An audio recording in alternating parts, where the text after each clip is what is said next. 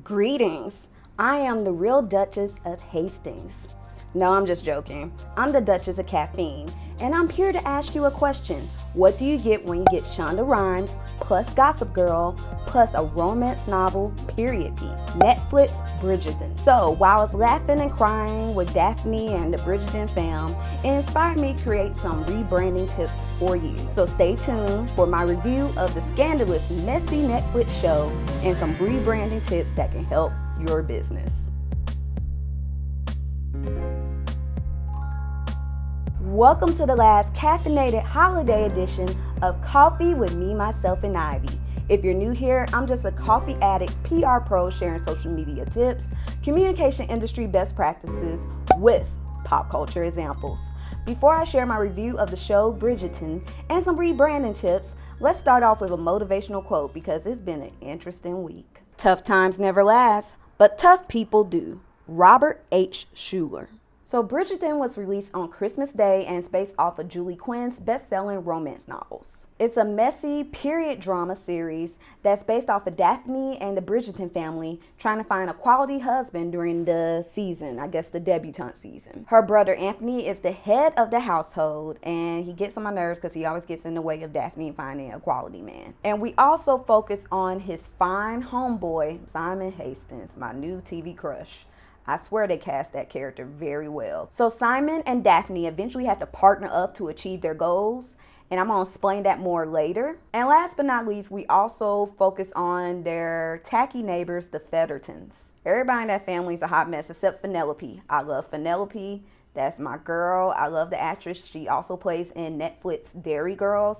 And I love Penelope. And actually, if you pay attention, hint, hint, Penelope's important. So you're probably wondering, cool, okay, Ivy, another period piece. What makes this special? Well, the savage herself, Lady Whistledown, who is voiced by Mary Poppins, Julie Andrews. Now, what makes Lady Whistledown so interesting, she writes papers, gossip papers, but unlike the ones that actually existed back in that time where they might say an initial or something like that, no, Lady Whistledown will say your name. She will spill all the tea and say your name. And that's what makes this show so interesting because Lady Whistledown was like telling everybody's business. Now, I warn you, do not watch this show with your kids or your parents. I know you may be at home, you may be with your family for the holidays, but this is a very grown-up show. I had to press the mute button a lot of times. So please don't make it awkward. Do not watch this show with your parents or your kids because it's a grown-up show doing grown-up things. Okay, first I'm going to talk about what I liked about the show, and I'm going to sprinkle in the rebranding tips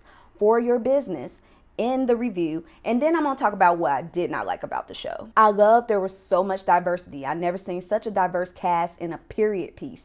Just even the people walking by in the streets, I never seen so much diversity. So I love that this was such a diverse cast.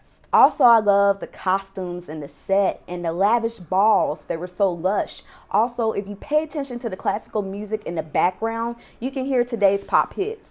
But you are really going to just be watching and be like, hey, is that this song or that song? And you figure out, oh, yes, that's that song. And for it to be a period drama piece, I love there's a sprinkle of humor. Each character can make you laugh a little bit. So I love that. And it's just so scandalous. I also like Penelope. She's an underdog, but she has such a big heart. So I love Penelope. Also, I love the Queen. And I like that they based it off of the real life Queen Charlotte. And anybody that knows about Queen Charlotte, she's a queen that was during the Regency era of England, but allegedly she has some African heritage. And I think historians are going back and forth about it, or they might finally admit it. Because if you look at that portrait, yeah, you can see she has something in her bloodline. So I love the Queen's character. She was sassy. She did not play. She was humorous. And it's just interesting to see a queen of African descent. Another thing I liked about the show is the character Daphne. She's so innocent and goal-driven and know what she wants and will even stand up for herself when she needs to. Which leads me to the first rebranding tip, tip 1. Figure out if you need a partial rebranding or a full rebrand. Also, in case you don't know what rebranding is, it's the process of changing the image of a company or product. Now, in regards to Daphne, she had to do a partial rebrand. She already comes from an established family with a good name, and she had to do a partial rebrand because her brother likes to get in the way of things, and Daphne still had the goal of wanting to get married to a quality suitor. Now, Daphne comes from an established brand, aka the Bridgertons, which have a good name. So since she comes from an established brand, she only needs to do a partial rebrand, and HubSpot recommends this, and you can learn more about this if you check out the article in the link below. Another thing I love about Bridgerton is their character, Duke Simon Hastings, because Simon.